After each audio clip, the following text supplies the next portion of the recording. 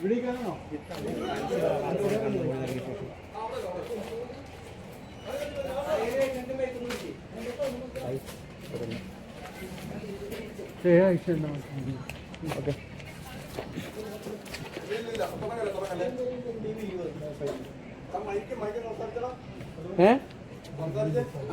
Hello hello hello hello hello.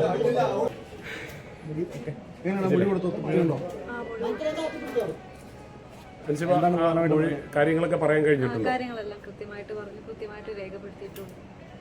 രണ്ടുപേർക്കെതിരെ മാത്രമേ ഉള്ളൂ, ലക്ഷ്മിക്കും S ഐക്കെതിരെ മാത്രമേ ഉള്ളൂ. എന്താണ് തുടർന്ന് കേസെടുക്കുന്നത്? വേറൊന്നും പറഞ്ഞില്ല. ഇനി എസ് ഐ രേഷ്മ പിന്നെ ലക്ഷ്മി പ്രിയ ചേച്ചി ഇവരെ രണ്ടുപേരെയും വിളിച്ച് അവരുടെ മൊഴിയെടുക്കും, അവിടുത്തെ പോലീസുകാരുടെ മൊഴിയെടുക്കും എന്ന് പറഞ്ഞു. വേറെ ആരും ഇതിന് സാക്ഷികളില്ല എന്ന് പറഞ്ഞു.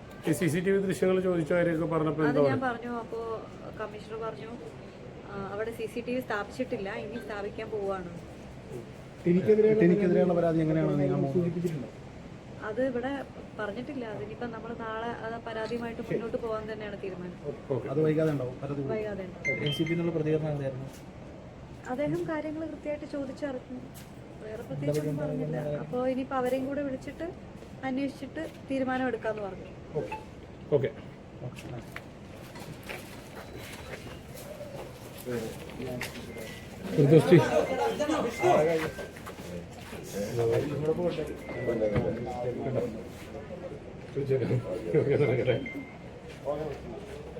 അഞ്ചുവാ.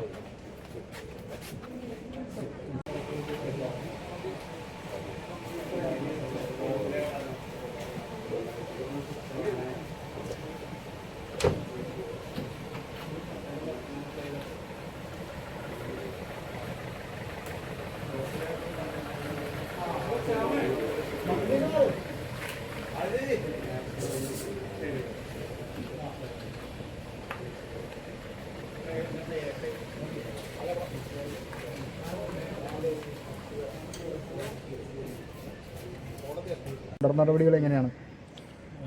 അൻസിബ ഹസൻ ബഹുമാനപ്പെട്ട കേരള മുഖ്യമന്ത്രിക്ക് നൽകിയിട്ടുള്ള പരാതി കൊച്ചി സിറ്റി പോലീസ് കമ്മീഷണർ ഓഫീസിൽ വരികയും അത് തുടർന്നുള്ള അന്വേഷണം വേണ്ടി എനിക്ക് അയച്ചതിൻ്റെ ഭാഗമായിട്ടാണ് ഇന്ന് അൻസിബ ഹസന് പറയാനുള്ള എല്ലാ കാര്യങ്ങളും മൊഴിയായിട്ട് രേഖപ്പെടുത്തിയത്.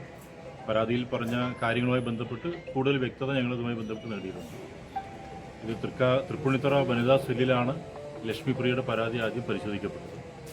അതുമായി ബന്ധപ്പെട്ടിട്ട് അവിടെ അൻസിബ ഹസന് ചില മോശമായിട്ടുള്ള അനുഭവങ്ങൾ ഉണ്ടായി എന്നുള്ളതാണ് പരാതിയിലെ ഒരു പ്രധാനപ്പെട്ട കാര്യം.